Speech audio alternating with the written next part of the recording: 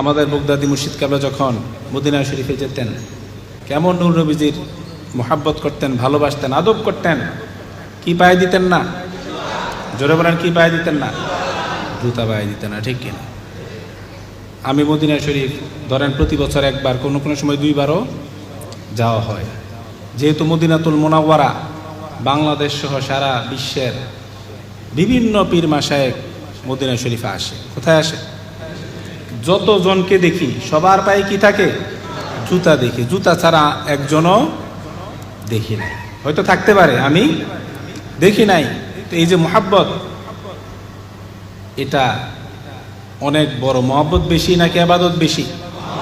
মহব্বতের দামটা অনেক বেশি, কারণ কেউ আবাদত দিয়ে জান্নাতে যেতে পারবে না। নূর নবীজির মোহাব্বত, আল্লাহর রহমত, নূর নবীজির শাফাত দিয়ে সবাইকে কোথায় যেতে হবে?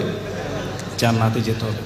এটা আমাদের পক্ষে মদিনা শরীফে গিয়ে খালে পেয়ে চলাফেরা করা সম্ভব হয় না। রাতের বেলা হয়তো কিছুটা চলা যায়, দিনের বেলা তো একেবারে ইম্পসিবল, অসম্ভব। পায়ের তলা মনে হয় কি হয়ে যায়?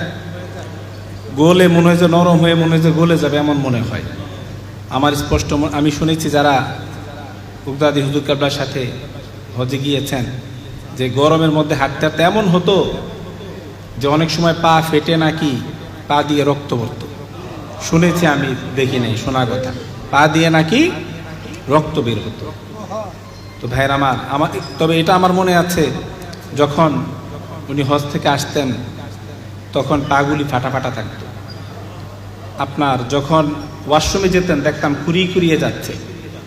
আমার আম্মা পায়ে তেল মালিশ করে দিতেন, আমার এখনো মনে আছে পায়ে তেল মালিশ করে দিতেন, পাগুলি ফাটা ফাটা থাকতো।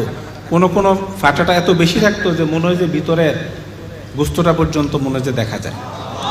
তো ভাইয়ের আমার, এটা যে মোহাব্বতের বিষয়, কিসের বিষয়? এটা কোরআন হাদিসের কোনো দলিলের বিষয় না। আপনার কোরআন হাদিসে এমন নাই যে মদিনা শরীফে তোমরা স্যান্ডেল পরতে পারবা না।